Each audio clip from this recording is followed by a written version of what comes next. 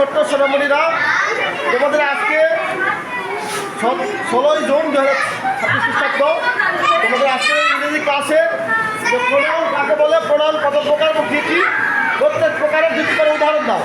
তোমরা সুন্দর ভালো করে বাসার থেকে হোমওয়ার্ক তৈরি করে নিয়ে আসবে। কালকে আমি না দেখে ধরবো। আর আজকে আমার সঙ্গে সবাই দেখে দেখে পড়ো, সুন্দর করে পড়ো। সবাই বলো, প্রোনাউন কাকে বলে,